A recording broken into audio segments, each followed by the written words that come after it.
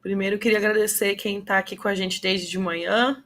Já tivemos 3 painéis aqui no nosso evento e vamos fechar o evento com mais 2 painéis super interessantes, tá? Com temas afetos à tecnologia, afetos ao direito digital, essa área que a gente vem expondo para vocês alguns pontos relevantes. Quero dar as boas-vindas para quem vai nos acompanhar agora a partir da parte da tarde. E a gente, se vocês perceberam, eu inverti aqui o papel com o Felipe, meu colega, porque agora eu vou trazer ele à frente de um painel junto com o nosso convidado, para que eles possam falar um pouco mais sobre um tema que é extremamente presente no nosso dia a dia, tá?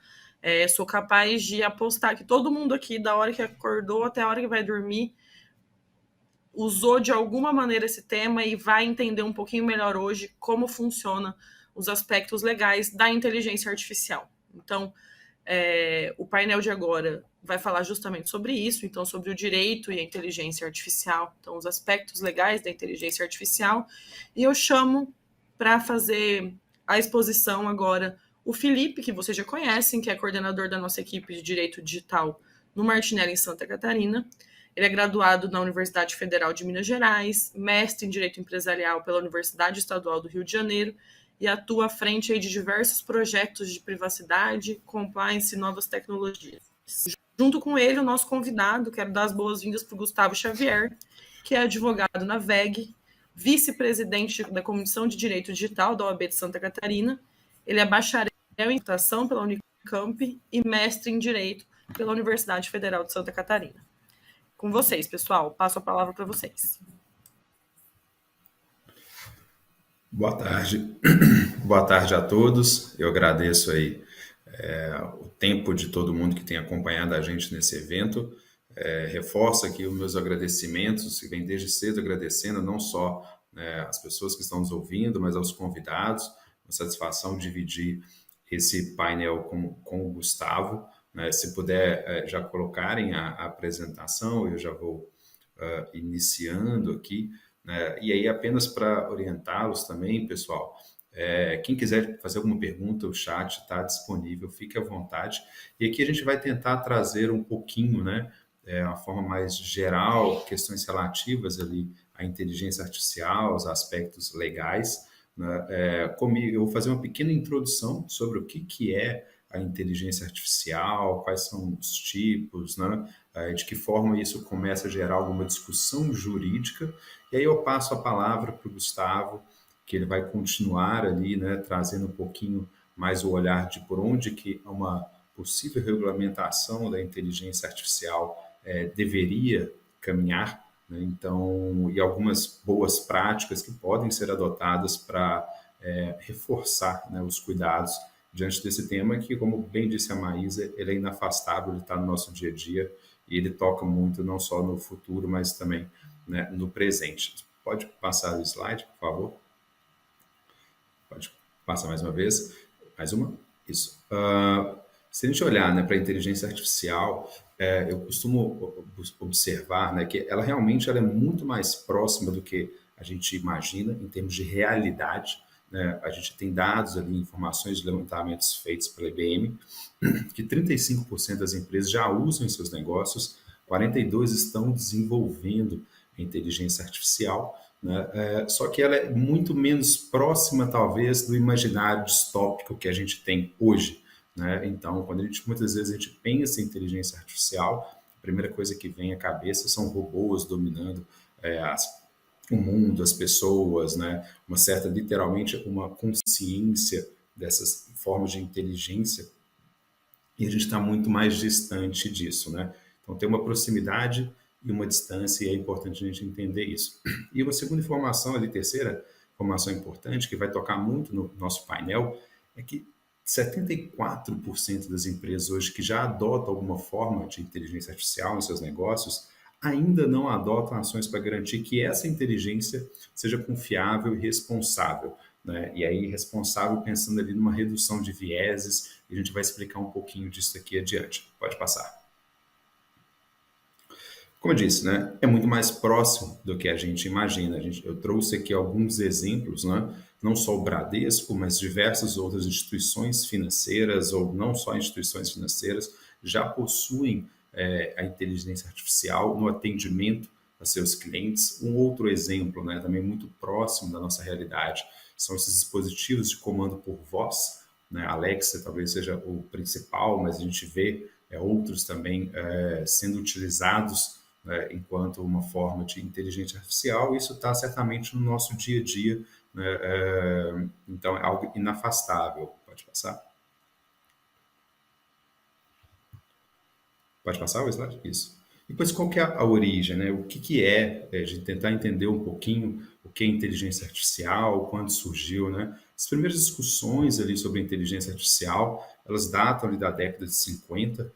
Nós tivemos ali, né, a publicação do Alan Turing de um artigo onde que ele falava sobre a capacidade das máquinas pensarem ou pelo menos simularem, né, a inteligência humana, e ele propõe que chamava de teste Turing, que é uma espécie que se um ser humano conversar com uma máquina por 5 minutos sem perceber que ela não é humana, o computador passaria nesses testes, né? E depois disso a discussão avança, né, John McCarthy, que é a utilização, ele vai trazer talvez ali a primeira conceituação de inteligência artificial, associando aquilo, né, as discussões relativas aos limites e possibilidades de uma máquina realizar tarefas então feitas por humanos. Então a gente não tem hoje um conceito universal, mas eu trouxe aqui alguns conceitos que vão nos ajudar a entender, né, o que seria, né, um sistema de inteligência artificial, sendo esse, né, baseado em uma máquina. Então essa é a primeira premissa importante, que pode, para um determinado conjunto de objetivos definidos por humanos, essa é uma segunda e terceira, ela pode e tem que ser definida por humanos, fazer previsões, recomendações ou, né, sobre decisões que influenciam ambientes reais ou virtuais. Pode passar? Então, e aí, uma outra forma de analisar, né, a inteligência artificial é aquela atividade dedicada a tornar as máquinas inteligentes, né? E essa inteligência é aquela qualidade que permite uma entidade funcionar adequadamente e com visão em seu ambiente. Então, a gente observando um pouquinho do que tem em comum desses conceitos, a gente aprende que o sistema de inteligência artificial nada mais é que algo que aprende e executa uma tarefa que até então era uma tarefa executada por humanos, né, com uma possibilidade até de autoaprendizado. Então, passando a entender esse conceito, a gente passa como que isso funciona, né? Como que isso é possível. O primeiro ponto a ser observado é que não existe inteligência artificial por si só, né? Ela não vai simplesmente existir do nada, né? Eu preciso de alguns requisitos, eu preciso de algumas questões que vão permitir, né, que aquela inteligência exista, né? E dois pontos básicos ali são dados, informações e programação, né? Algoritmos. Então é criado ali um processo decisório. Então, olhando para essa questão dos dados, que é importante, né? Porque a inteligência artificial ela vai se basear na utilização de um grande volume de informações, né, mais conhecida ali como Big Data. Então, a gente tem essa fonte inicial para que a inteligência funcione. Por quê, Felipe? Ora, eu não estou falando que ela busca, né, por meio de uma orientação, repetir, produzir uma ação que até então era humana, então ela precisa saber como fazer aquilo, né, e esses dados, então, vão alimentar essa inteligência para que ela permita, né, a tomada de uma decisão mais precisa e fundamentada. Então, aqui a gente já vê a importância da informação, né, que já que são com base nesses dados, né, que a IA vai exercer as funções para quais elas são direcionadas ou vão desempenhar aquilo que se espera. Então, classificar, gerar uma previsão, identificar e classificar uma imagem, tomar uma decisão. A gente vê a importância da informação aqui, né? Não só uma informação rica, certa, adequada, né, mas também uma informação ali que ela não vai ter algum vício. Então, acho que é uma primeira orientação, sempre você buscar, quero pensar em inteligência artificial, é preciso olhar de qual base você vai utilizar, porque se essa base não estiver muito adequada, né, você vai alimentar o sistema de uma forma inadequada, né? Então, o exemplo principal aqui é o exemplo do dado, né? O dado ele tem 6 lados, né, a princípio, e a probabilidade de cada um daqueles dados aparecer de um dos lados é 1 em 6. Isso vai acontecer em inúmeras sequências que você realizar o lançamento dos dados, né? Agora, se você utiliza um dado viciado, por exemplo, que ele tem algum peso, alguma questão que vai aparecer o lado 5 mais vezes, à medida que você vai simulando aqueles resultados, aquele resultado ele não vai ser isento de, vou chamar, um viés, porque ele tinha ali um problema na largada. Então, essa é uma questão muito importante de se observar ao se pensar em inteligência artificial. Pode seguir. Tem uma peça importante, né? Como eu falava, basicamente ele vai precisar, ele é um sistema e ele vai precisar ali, né, de ter ali uma máquina e essa máquina muitas das vezes ali nós estamos falando dos algoritmos, né? E o que são algoritmos de um modo geral, né? Eles são um conjunto de instruções organizadas de uma forma sequencial que determina como algo deve ser feito. Aqui, diferentemente, né, da inteligência artificial por si só, né, que precisa de uma máquina, o algoritmo pode não estar associado a nenhum programa de computador. Eu posso ter um algoritmo que é, por exemplo, a forma como eu vou me organizar, a minha alimentação da semana, como eu vou me vestir. É basicamente um conjunto de instruções, né, que você vai dar ali uma forma sequencial que vai determinar como algo vai ser feito. Né? O dicionário da Cambridge define como um conjunto de instruções matemáticas ou regras que ajudarão a calcular uma resposta.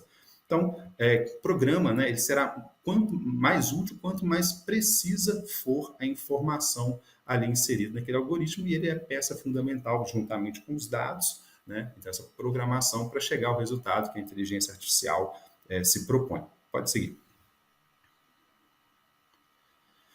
E a gente começa a ver questões práticas ali, né, e discussões ali a respeito da própria inteligência artificial, que é, olha, à medida que a inteligência artificial ela busca responder a questões que os humanos faziam, é possível que ela supere a inteligência humana, ou é possível que ela se torne consciente.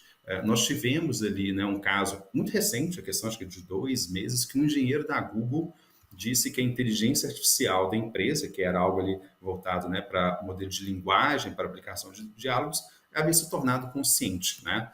Segundo esse engenheiro, a inteligência ela expressava ali como fosse uma consciência de uma pessoa de 7 a 8 anos, e ela expressava medo de ser desligada, ela expressava questões ali que na concepção do engenheiro seria uma consciência. Né? E aqui eu me valo até do próprio exemplo utilizado pelo professor Carlos Afonso, que foi meu orientador. Ele lembra muito bem ali o mito grego de Pigmaleão, que ele esculpiu uma estátua feminina tão perfeita que passou a tratar ela como se fosse algo vivo. Né? E nesse mito, no final das contas, Afrodite veio, né, dó da situação, e deu vida à escultura. Né? Nessa história, nesse mito, o engenheiro ele ainda está na primeira parte. Né? Ele esculpiu algo tão bonito que ele ficou encantado. Né? Não ganhou consciência de fato. Pode passar. Ela conseguiu ter ali um resultado muito impressionante, mas não dá para você falar em consciência, né? E também não dá para você falar em superação ou substituição de uma inteligência por outra. Ao contrário, é muito pouco provável uma inteligência artificial vai superar algumas questões de decisões complexas que a inteligência humana consegue direcionar. Né? Então, essa IA, na verdade, ela permite liberar o homem para questões mais complexas ou deixar aquilo que é mais padrão executável pelas máquinas. Então, hoje não há IA consciente, né? A questão passaria, quem sabe no futuro, mas hoje não há um grau de autonomia ainda não alcançado nos dias atuais. Pode seguir. E aí, falando desse tipo de autonomia, né? Que é um pouco de direcionamento da inteligência artificial, nós temos aquela inteligência artificial, o nome em português não é muito bom, né? Inteligência artificial fraca, não é que ela seja fraca, né? É que, na verdade, ela vai ser excelente, na maioria dos casos, mas para executar uma questão ou algumas questões para as quais ela foi ensinada e direcionada. Então, o principal exemplo ali é o jogo de xadrez. Né? Então, a inteligência artificial ela vai provavelmente ganhar de qualquer competidor hoje em razão disso. Ela executa aquilo com uma base muito rica, né, e consegue executar muito bem. Né? Algoritmos de recomendação é outro exemplo de inteligência artificial fraca. À medida que você clica, tempo que você acessa um conteúdo, aquilo ali permite que a inteligência artificial consiga tomar uma decisão. Foca em algo específico, e a diferença dela, a questão é que ela é mais transparente, ela é mais explicável do que a inteligência artificial que é dita como forte, né, que é algo mais abrangente e geral. Então, ela não ficaria apenas presa, né, numa questão de executar apenas uma atividade ou poucas, e ela ganha uma habilidade ali mais criativa, e por outro lado, a gente chama que ela ganha mais opacidade. O que seria isso? Eu tenho mais dificuldade de entender, né, por que ela chegou naquela resposta. Mas hoje a gente não tem essa inteligência artificial forte, né, ainda é algo que para o futuro provavelmente pode ser mais viável. Pode passar. E aí tem também a questão do tipo de inteligência, né, da forma de autonomia, que são aquelas que são supervisionadas, que vão ter uma dependência humana na tomada de decisão, ou até mesmo na própria aplicação e uso dela. Eu trouxe aqui o exemplo, né, da análise de crédito, né, que há uma certa independência, mas no final do dia sempre ou costuma-se ter uma pessoa por detrás daquela análise, e a não supervisionada, né, que ela é independência dela absoluta. Né? Então, é o exemplo do reconhecimento facial. Ele tem, em tese, ele vai conseguir chegar ali, né, a um resultado que não necessitou de uma supervisão humana. Tudo isso vai passar, pessoal, na verdade, pela forma de aprendizado, os treinamentos dos algoritmos, né? Para se ele chegar numa questão de ser ou não ser supervisionado, você precisa ter mecanismos ali para realizar esse treinamento. E o mais comum ali, né, que é o machine learning, que vai usar esse grande volume de dados para responder as perguntas, sendo treinado, e tem outras.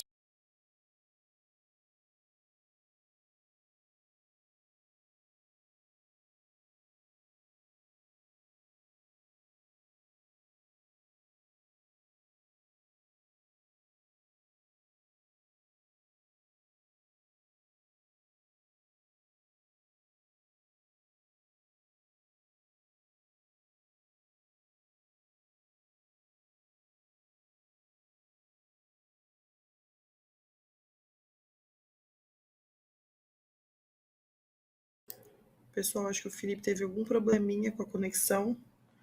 Vamos retomar. Felipe, nos escuta? Escuto. Estão me ouvindo? Perfeito. Beleza, voltando aqui, né? Vou acelerar por conta do tempo. Então, você tem essas formas de inteligência artificial supervisionada ou não supervisionada. Podem seguir. E aí, alguns exemplos de aplicações, né? A robótica, o Gustavo, acho que é a melhor pessoa para poder falar, porque está muito inserido isso dentro da própria atividade da VEG. Também nós temos outras formas, né? Recomendação de conteúdo, como eu já mencionei, nós temos assistentes virtuais, recomendação de conteúdo, acho que foi exatamente o momento que eu travei. A gente tem a questão, à medida que você utiliza uma rede social, um aplicativo, né, um streaming, etc., você está gerando ali insumos para treinar aquela máquina, aquela inteligência artificial, e ela passa a te recomendar questões que mais afetas ali ao seu gosto por aquele conteúdo. Né? O reconhecimento facial é outra forma que a gente tem um problema, né, bem recorrente e muito conhecido ali até por parte, né, das pessoas em comum, que são os problemas do reconhecimento facial para determinadas raças, enfim, é algo que a gente vai acabar explorando. E o profiling também, que é essa definição, vamos tentar simplificar aqui o conceito, né, a forma de definir, né, qual que é o seu perfil em alguma questão. E esse perfil pode ser um perfil político, pode ser um perfil de consumo, pode ser um perfil de saúde. Isso vai depender de onde que essa inteligência está inserida, tá? Pode seguir. E aqui alguns outros exemplos. Esse próprio relatório trouxe, né? 45% hoje da aplicação dessas inteligências artificiais são na parte ali, né, de recursos humanos. E é até interessante ter esse número, porque se você parar para pensar, o processo seletivo, ele é um dos processos mais difíceis de ter acerto, porque não deixa de ser uma forma de predição. Você tenta identificar quem você está contratando sem ter todas as informações na mesa.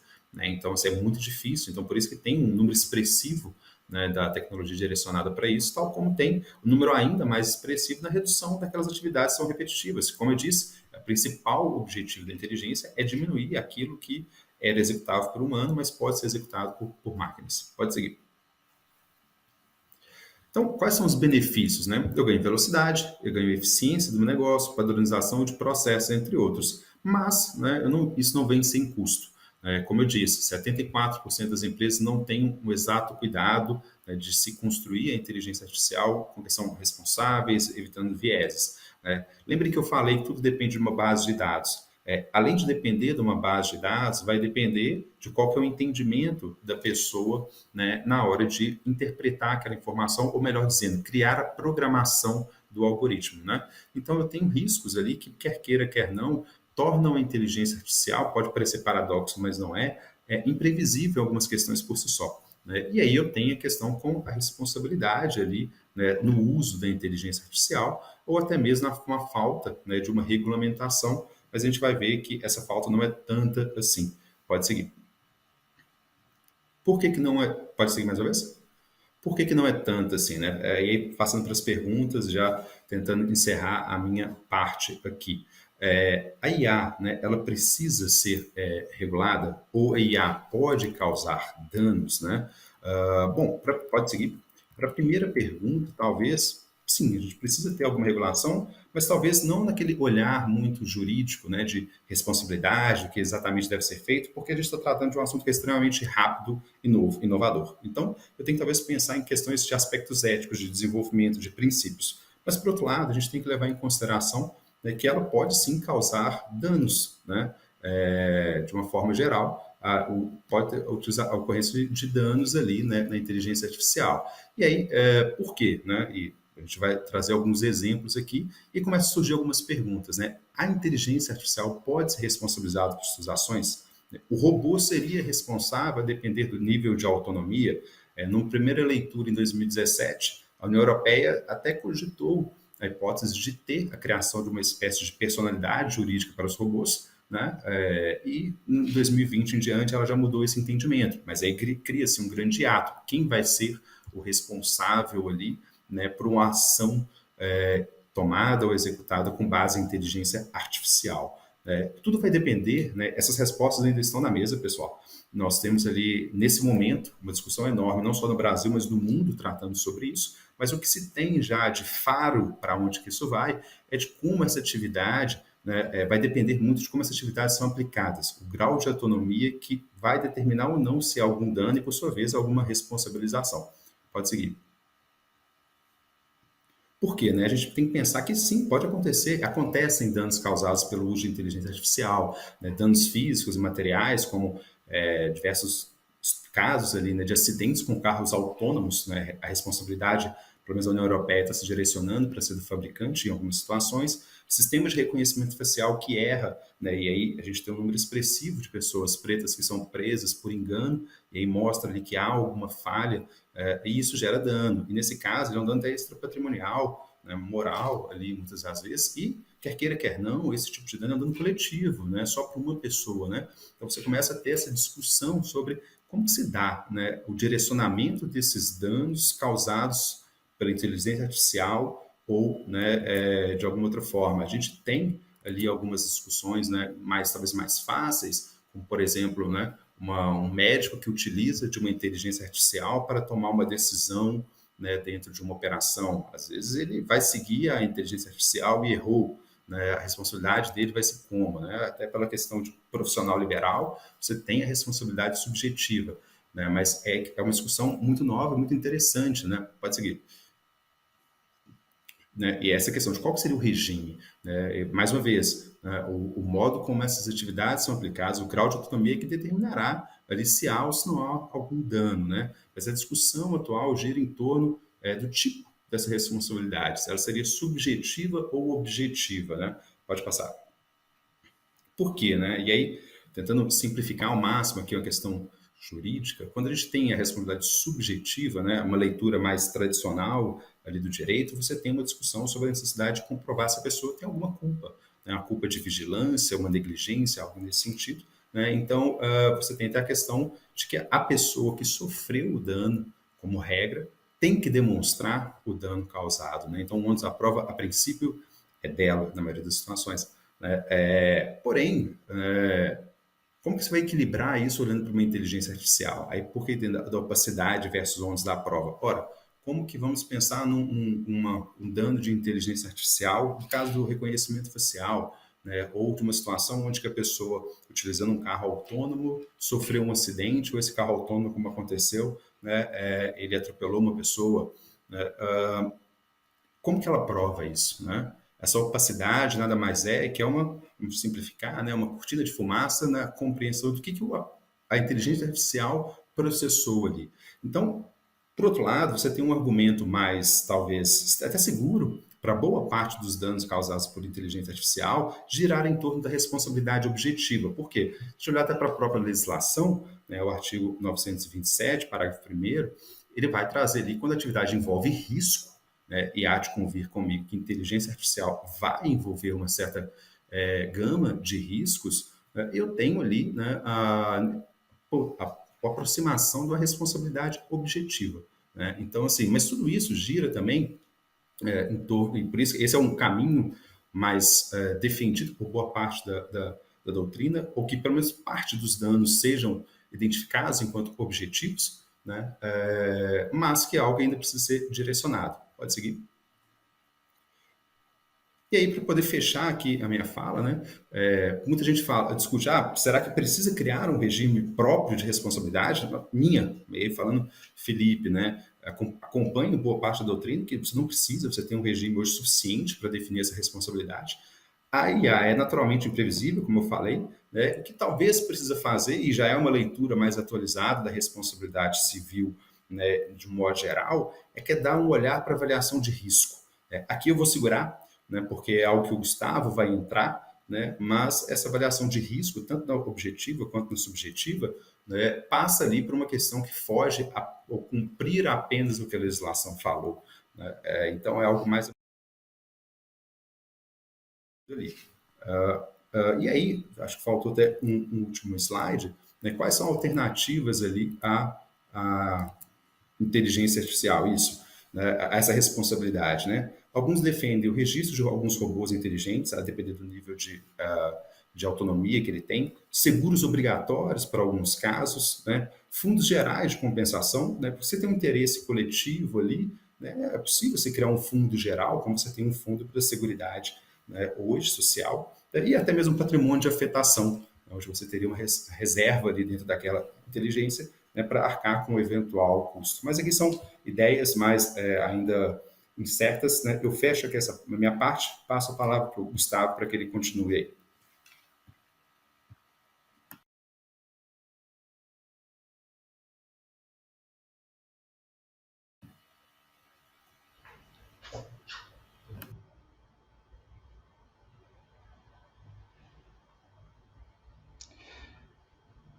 Boa tarde, Felipe.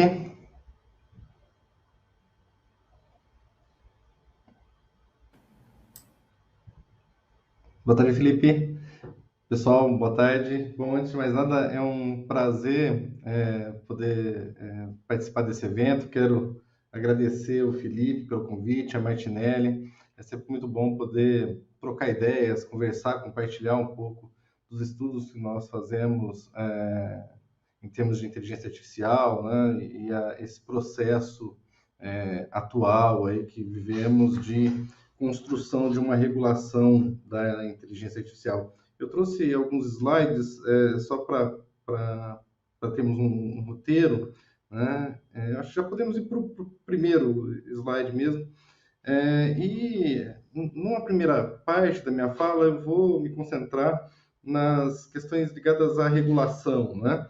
E bem na linha do que o Felipe vinha dizendo, né? A gente sempre tinha, né?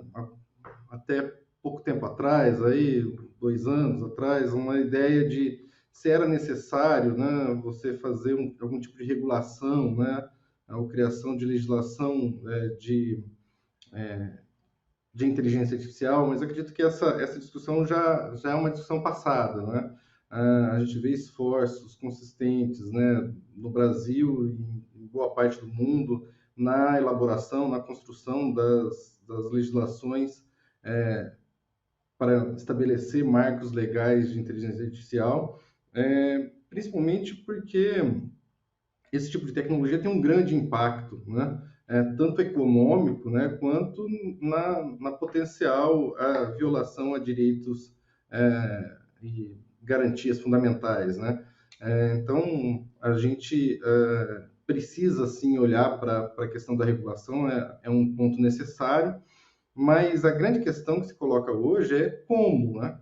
Como fazer, né? Qual que é o tipo de legislação necessária para aumentar o nível de proteção aos direitos fundamentais, né?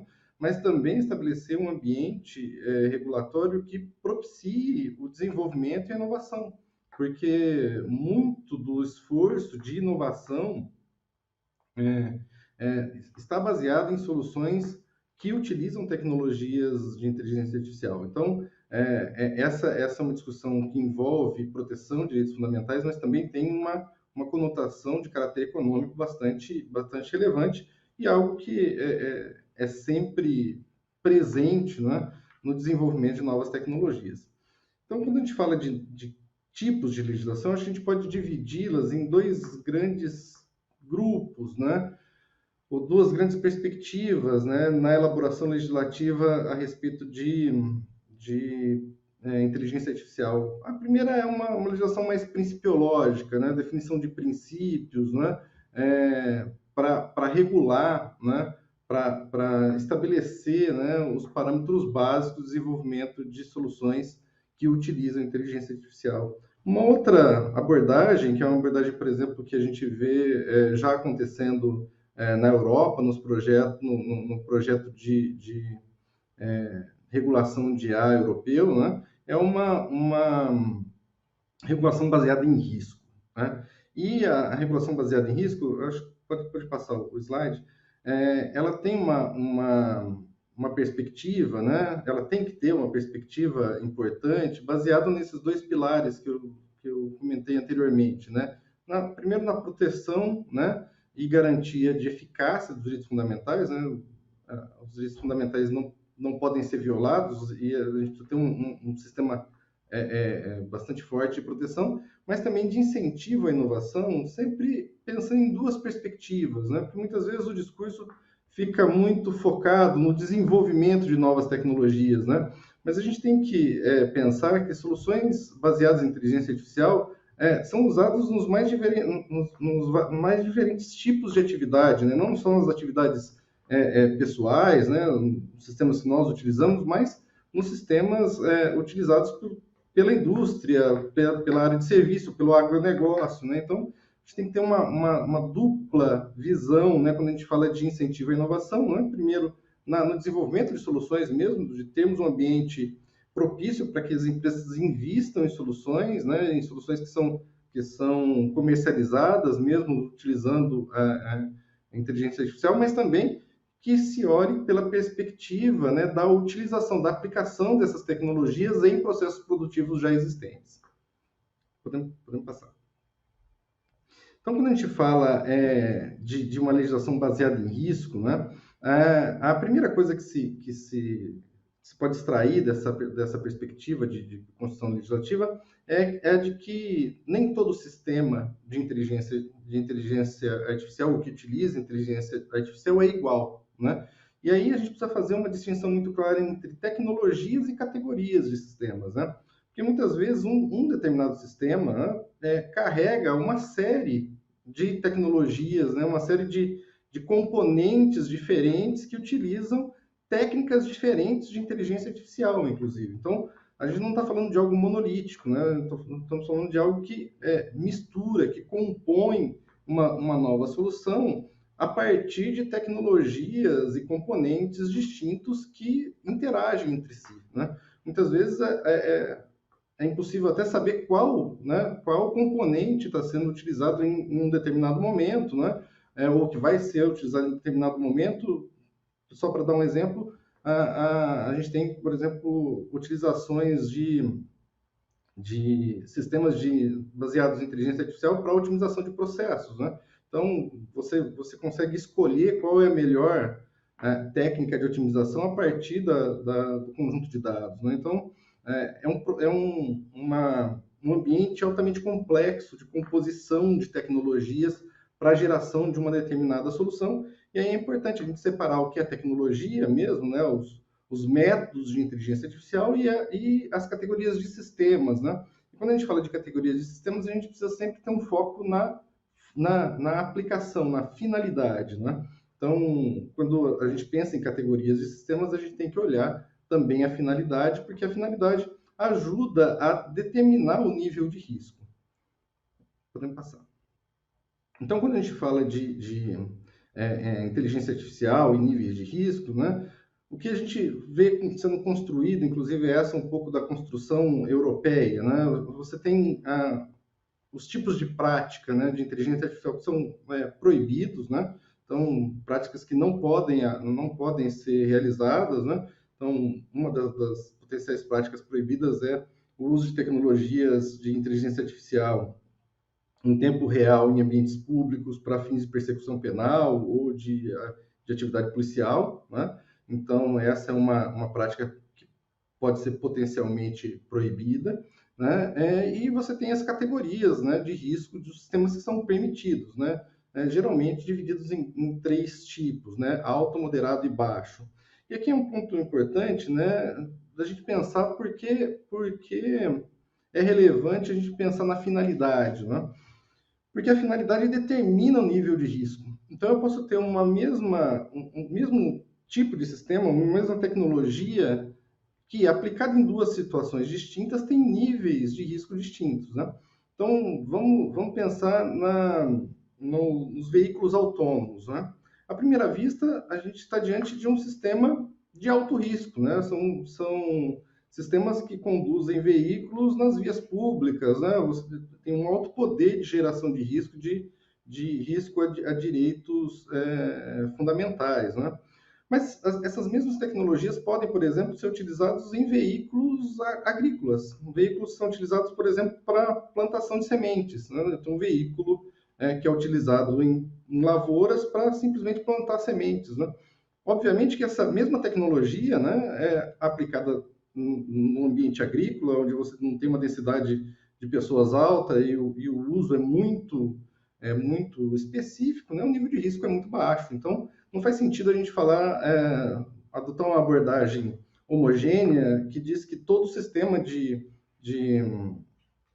veículo autônomo é um sistema de alto risco. Não, depende da aplicação, da finalidade daquele sistema, né? Outro exemplo que eu acho interessante é a questão do reconhecimento facial, né? Quando a gente fala de reconhecimento facial de pessoas, né? Estamos diante, muito possivelmente, de sistemas de alto risco, mas quando a gente está falando de soluções de reconhecimento facial aplicadas a bovinos, por exemplo, né? Para identificação de bovinos em rebanhos para produção de carne ou de leite, né? A tecnologia é a mesma, né? A aplicação é muito diferente, a finalidade é muito diferente e, obviamente, o risco também é muito diferente. Então, é muito importante a gente ter essa perspectiva clara, né? De que a finalidade tem um fator relevante para a definição do risco. E aí, quando a gente fala de modelo regulatório, né, além da gente estabelecer aí esse tipo, né, de regulação, se ela vai ser por mais principiológica ou mais baseada em risco, né, eu tenho uma... Acho que travou, né, pessoal?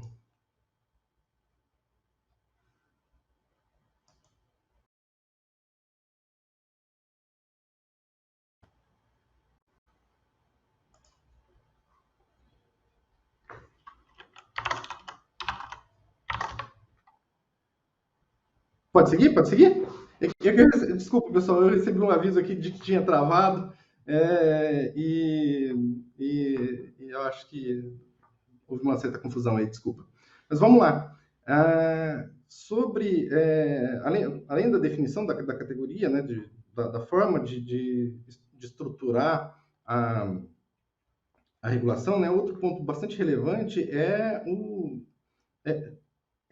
estabelecimento do controle regulatório dos modelos sancionatórios, né? Quer dizer, as linhas gerais de todo o sistema sancionatório precisam estar definidas em lei, né?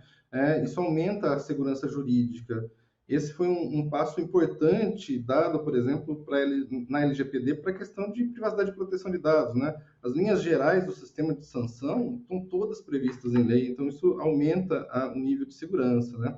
E também é super importante a gente ter uma definição, né, do órgão responsável pelo controle regulatório e as atribuições, né, fiscalizatórias e sancionatórias desse órgão, né? Isso ajuda muito a ter termos um ambiente que também favoreça a competição e a inovação. E aí entramos no ponto que eu acho que é mais relevante, um dos mais relevantes, né, para a regulação de inteligência artificial, que é a questão da responsabilidade civil, né? Óbvio que, como tudo que envolve riscos, né, responsabilidade civil é sempre um assunto muito sensível, né? Quer dizer, a determinação de perdas e danos, a mitigação de riscos, né, ou de potenciais violações, isso é bastante relevante, né? E apesar de termos os sistemas, né, já clássicos de responsabilidade subjetiva e responsabilidade objetiva, esses parâmetros hoje não são suficientes, né? Pelo menos na minha visão, né, não são suficientes para abarcar todas as condições, né? Quer dizer, eu posso ter uma divisão nesses dois modelos, né, de responsabilidade, nessas duas categorias de responsabilidade, mas é preciso modular e pensar como isso é aplicado, ou se é possível existir um modelo onde eu tenha um determinado tipo de responsabilidade clássica, tipo responsabilidade subjetiva, com obrigações adicionais, né? Então, aquela divisão estanque clássica, né, que a gente aprende, né, na faculdade de Direito, né, de responsabilidade subjetiva e objetiva, não é suficiente hoje para dar conta da complexidade, né, e da variabilidade de usos e aplicações da inteligência artificial e dos seus potenciais riscos. Ainda falando de responsabilidade civil, né?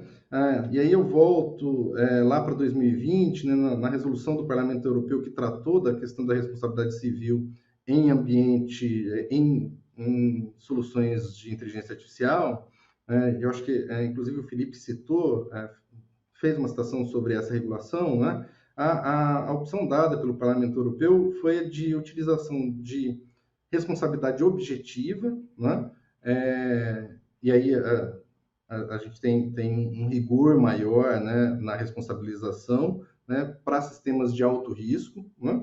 E para sistemas de risco moderado e risco baixo, temos a aplicação da responsabilidade subjetiva com deveres adicionais, né, com deveres de comprovação de diligência, realização de esforços de mitigação de riscos, né? E é um modelo que vem sendo utilizado também, por exemplo, nas questões de regulação de privacidade e proteção de dados, né? Eu tenho deveres adicionais, né, de garantia de proteção e de mitigação de riscos ligados a direitos fundamentais, a violação de direitos fundamentais, né? E a empresa tem o dever de demonstrar que está praticando esse tipo de ação preventiva, né? E a realização dos esforços de mitigação de risco, né? Então, é a ideia de você ter uma responsabilidade subjetiva e um dever de accountability, né? Um dever de prestação de contas e de execução de atividades que mitiguem os riscos. Então, a grande questão, né, adicional que se coloca quando a gente fala de responsabilidade civil, né, e aí essa é um ponto, né, que é levado muito em consideração para quem pensa, né, na hipótese, por exemplo, da criação de uma personalidade jurídica para robôs ou algo similar a isso, né, que é como alocar a responsabilidade, né, entre os diversos atores que disponibilizam um sistema que utiliza tecnologias de IA, né? Então, como eu havia falado antes, né, sistemas que utilizam IA podem utilizar diversas tecnologias de diversos fornecedores, né? Então, essa complexidade na oferta de soluções também é um grande complicador quando a gente fala de responsabilidade civil, né? Principalmente quando a relação entre esses players, né, é uma relação que não é uniforme, né? Você não tem uma equidade entre os players, né? Isso faz com que, né, possa existir um desbalanço de responsabilidade, né, com a transferência da responsabilidade dos elos mais fortes para os elos mais fracos, né? O que cria uma situação que diminui, né, a competitividade de determinados players, né, e também cria vulnerabilidades à proteção final dos titulares de direitos que são violados por problemas com utilização de sistemas que utilizam inteligência artificial. Então, essa questão, né, e aí eu acho que a constituição de personalidade jurídica, em determinados casos, para determinados tipos de utilização de IA, né, onde você tem um risco elevadíssimo, um risco muito elevado, né? Pode ser uma alternativa. Eu acho que é uma alternativa que precisa ser colocada na mesa, sim, né? A caracterização, a definição de uma personalidade jurídica para um tipo de aplicação que utiliza tecnologias de IA, né? Isso pode ser importante para ajudar, inclusive, na alocação, na identificação, na clareza, né? Da alocação da responsabilidade, tá? E um outro ponto que é bastante importante e que a regulação, né, a legislação precisa tratar, né, é a criação de um ambiente regulatório que permita o desenvolvimento e a inovação, né, o desenvolvimento de tecnologia, pesquisa, desenvolvimento e inovação. Então, as estruturas regulatórias precisam, né, estar alinhadas às políticas de desenvolvimento que já existem no país, né, e que são construídas setorialmente, né? Então, o tipo de aplicação de inteligência artificial na indústria é muito diferente da utilização no setor médico, no agro. Então, eu tenho peculiaridades bastante relevantes em cada uma das destinações das aplicações, e é importante que a regulação facilite, né, o desenvolvimento tecnológico, levando em consideração toda essa estrutura setorial que a gente já tem montada no país, né? Então, fazer a conexão, né, entre regulação e estruturas setoriais é bastante relevante, né? E os modelos regulatórios precisam permitir, né, que a elaboração normativa se associe à utilização de novas tecnologias e ao aperfeiçoamento das tecnologias existentes, né? Então, a gente precisa ter uma regulação que não atrapalhe o desenvolvimento, né? É bastante difícil, bastante complexo. Eu acho que essa é a grande dificuldade, né, de elaborar uma regulação de inteligência artificial, que é o fato de que você precisa preservar direitos fundamentais, esse tem que ser o principal vetor, mas também você não pode eliminar, né, ou diminuir o potencial inovativo, porque existe uma série de benefícios, né, de melhorias, né, de avanços que protegem direitos fundamentais, né? A utilização da inteligência artificial, em regra, é muito boa. Ela traz benefícios, não só econômicos, mas benefícios para a vida das pessoas, né? Benefícios não patrimoniais, né? Então, é bastante importante, né, que você tenha um ambiente que facilite o desenvolvimento tecnológico e a inovação com a utilização de sistemas baseados em inteligência artificial. E aí eu queria tratar de um outro tema, né? Porque quando a gente fala de regulação, é algo que está sendo construído, mas as soluções de inteligência artificial já são uma realidade, né? Então, como a gente deve pensar desenvolvimento responsável, né? Que é um aspecto que precisa estar na pauta das empresas, né? E que vai ser fundamental até para que você não tenha um impacto muito grande, né, um impacto muito representativo nos processos produtivos, né, depois da entrada em vigor de uma regulação com o marco legal da inteligência artificial que está sendo produzido pelo Congresso Nacional, né? Então, o primeiro ponto que eu acho bastante relevante quando a gente fala de IA responsável, né, é que o desenvolvimento responsável tem que ser responsável desde a concepção, né? E aí aqui a gente tem uma referência bastante importante, né, bastante relevante, que é a referência do Privacy by Design, né, que é uma ideia lá da década de 90, né, um modo de pensar produtos e serviços que preservem a privacidade e protejam os dados pessoais, né, e sobre o qual se construíram frameworks complexos e eficientes para desenho de sistemas e soluções, né, que protejam a privacidade e os dados pessoais. Então, aqui a gente tem um framework que pode ser e deve ser adaptado, né? Hoje a gente já tem ideias, né, aplicações de cybersecurity by design, e tem um outro conceito bastante relevante que é de uma pesquisadora bastante importante, que é a Hildebrand, que ela trata de legal protection by design. Então, como eu faço proteção legal, né, por design, como eu faço sistemas que preservem, né, a regulação legal, né, e garantam que o sistema não vai gerar nenhum tipo de violação legal. Um outro ponto bastante importante, né, é pensar desde a concepção nos níveis de risco, né? E aí a gente quando fala de nível de risco, a gente precisa estar sempre atento ao fato de que, dependendo do tipo de aplicação, eu posso ter um desenrolar de desenvolvimento, né, que mitigue riscos, né? Então, eu sempre gosto da ideia de sistemas de visão computacional, né? Você pode ter um sistema de visão computacional utilizado para identificar fluxo de pessoas, né? Você não precisa ter um nível de qualidade das imagens, né, que permita a identificação da pessoa, né? Então, pensar de maneira responsável em soluções de IA também passa em pensar tecnicamente as soluções, né, e aplicar a tecnologia correta para mitigar os riscos, né, à violação de direitos fundamentais. E aí a gente entra na questão de conexão, né, da IA responsável com a engenharia de software, né? Então, hoje a gente já fala de restrições baseadas em políticas, né, políticas corporativas e também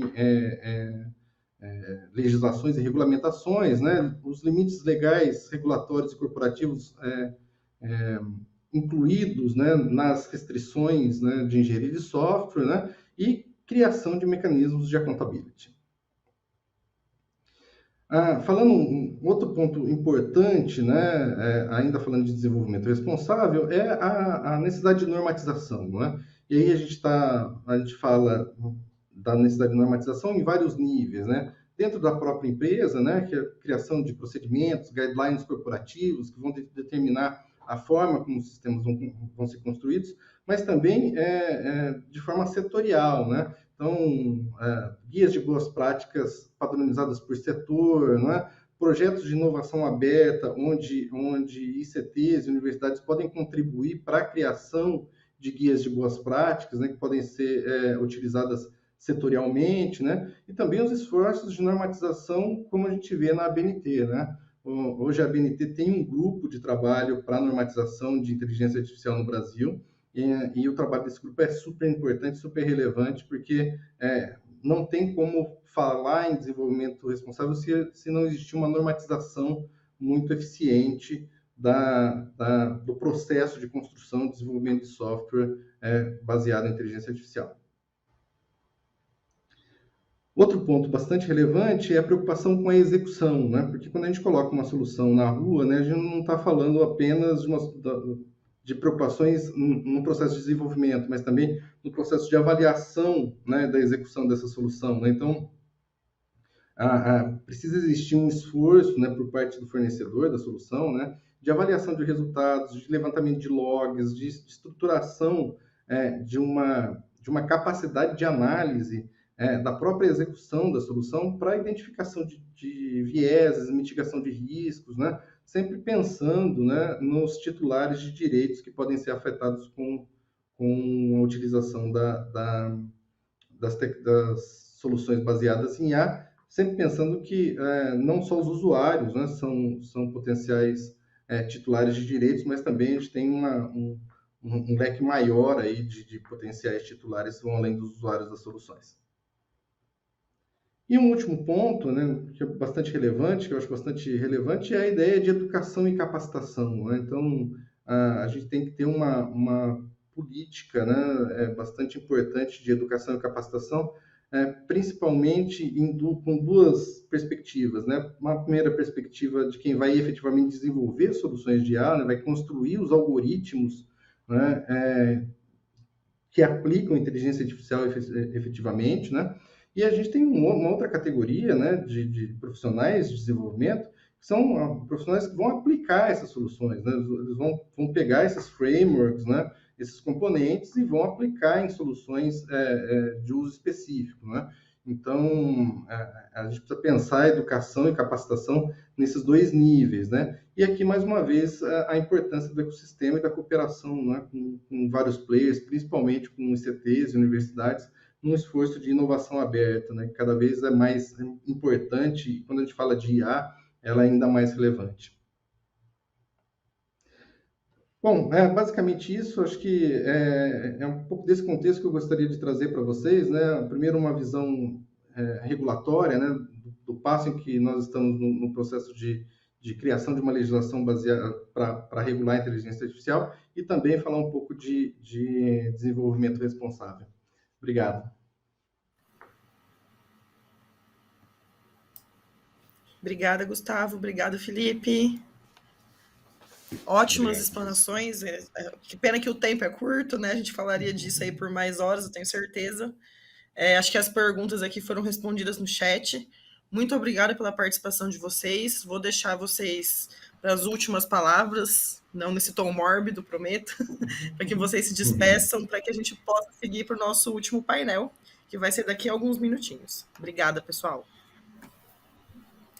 Beleza, eu só tenho a agradecer o Gustavo, as perguntas no chat, acho que é um tema muito rico, como bem dito pela Maísa, a gente pode ficar aqui horas, né, e acho que estamos bem alinhados aqui, né, que o caminho é pensar algo que vai, de fato, né, observar para a situação em que a inteligência artificial está sendo aplicada e de que forma aquilo ali pode ou não ser, né, observado sob a ótica de responsabilidade civil, né, seja subjetiva, objetiva, ou qual caminho que talvez seja o mais atualizado, que é com base na gestão de riscos, né? Mas bem interessante, eu agradeço. E, enfim, fica o convite ao Gustavo para termos mais eventos como esse. Eu que agradeço imensamente a oportunidade aqui de conversar com vocês. É sempre muito bom falar desse tema, um tema com o qual eu estou envolvido diretamente e é muito instigante. Eu acho que a gente precisa olhar para isso. O direito tem uma importância fundamental, né, na definição das regras do jogo, e as regras do jogo são fundamentais para o desenvolvimento tecnológico. Então, é muito importante a gente estar atento à evolução da regra, e esse é um momento muito relevante de criação dessas regras. O marco legal da inteligência artificial está aí, né? Atuar nessa área vai ser cada vez mais relevante. Muito bom poder conversar sobre isso. Obrigado pela oportunidade. É isso, então, pessoal. Muito obrigada. Daqui a pouquinho, daqui a alguns minutos, a gente já retoma com o nosso último painel e os nossos últimos convidados. Até daqui a pouquinho.